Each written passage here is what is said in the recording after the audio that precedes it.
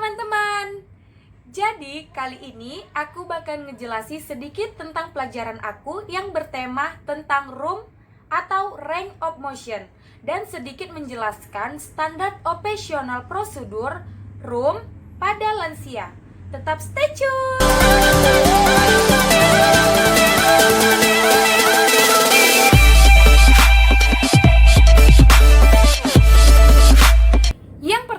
Di sini aku bakalan ngejelasin apa sih Kak pengertian range of motion itu. Pengertian range of motion adalah latihan yang dilakukan untuk mempertahankan atau memperbaiki tingkat kesempurnaan kemampuan menggerakkan persendian secara normal dan lengkap. Range of motion juga memiliki tujuan dan manfaatnya.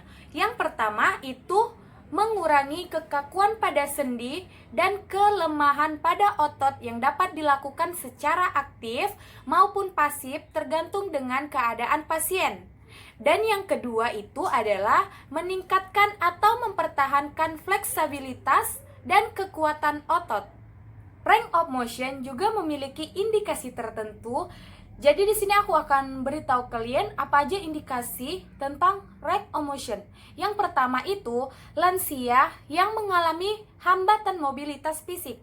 Dan yang kedua, lansia yang memiliki keterbatasan rentan gerak. Yang ketiga, lansia post CVD. CVD itu adalah penyakit yang berkaitan tentang jantung dan hambatan pembuluh darah. Dan yang keempat itu adalah lansia bed rest, yang artinya lansia yang sama sekali tidak melakukan pergerakan selama di rumah ataupun di rumah sakit. Misalnya dia itu tetap stay di atas tempat tidur dan tidak melakukan pergerakan sama sekali.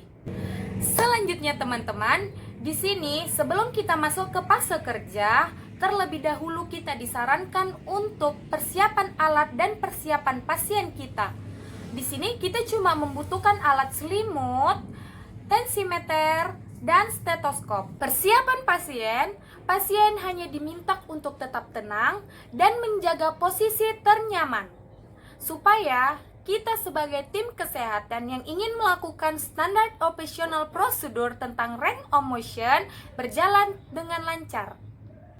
Masuk ke tahap kerja, di mana di tahap kerja ini kita akan melakukan pergerakan range of motion pada lansia.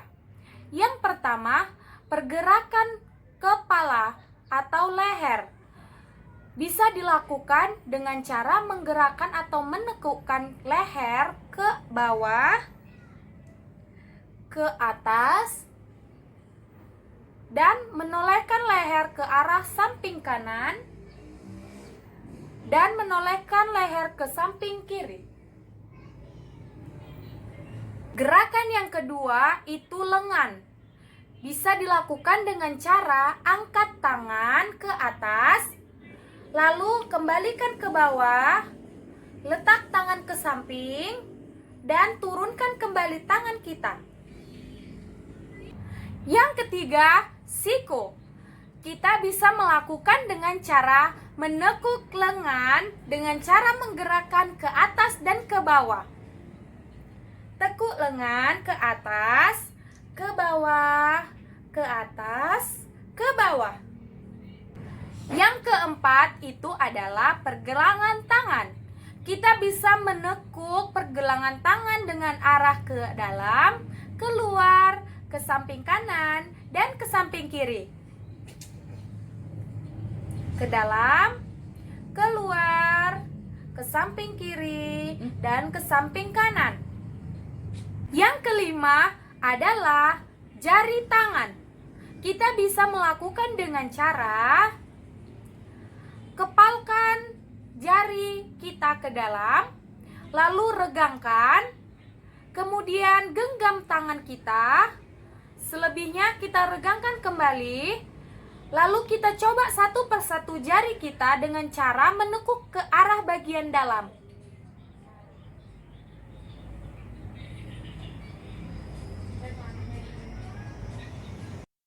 Yang keenam, lutut angkat kaki ke atas, lalu lutut ditekuk kemudian diturunkan lagi. Gerakan kaki ke samping kanan, ke kiri, lalu putar ke arah dalam keluar, ke arah dalam dan keluar.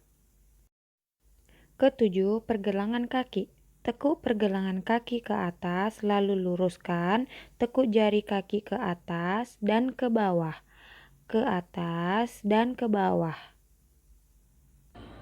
Nomor 6 dan nomor 7 itu adalah contoh gerakan buat bagian bawah atau bagian kaki.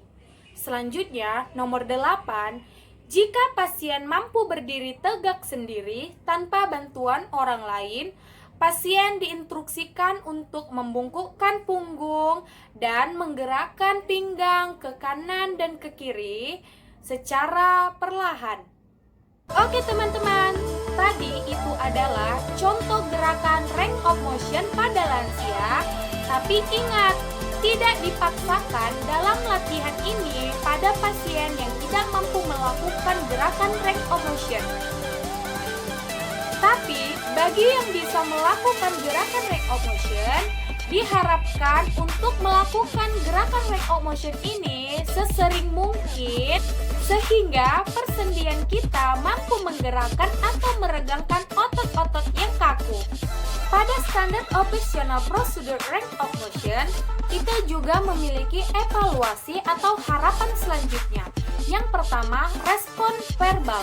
Diharapkan setelah melakukan pergerakan range of motion pada lansia, lansia mengatakan tidak kaku lagi atau tidak merasakan sakit lagi, sedangkan pada respon nonverbalnya, pasien diharapkan tidak terlihat sulit untuk menggerakkan sisi tubuhnya yang kaku.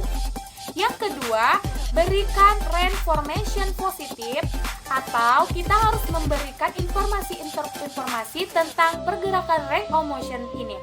Dan yang ketiga itu lakukan kontrak untuk melakukan kegiatan selanjutnya. Yang keempat, kita itu harus mengakhiri kegiatan ini dengan baik atau dengan cara memberikan salam atau memberikan panduan positif pada pasien yang melakukan pergerakan range of motion pada standar operasional ini. Oke teman-teman, video aku kali ini udah selesai. Jadi buat kalian yang baru nonton video aku tadi, semoga informasi yang aku berikan tadi bermanfaat dan dapat menambah ilmu pengetahuan kalian. Aku sarani sekali lagi, jangan lupa buat like, comment, and subscribe. Share juga ke tempat teman-teman kalian. Oke, aku ucapin terima kasih. Bye-bye.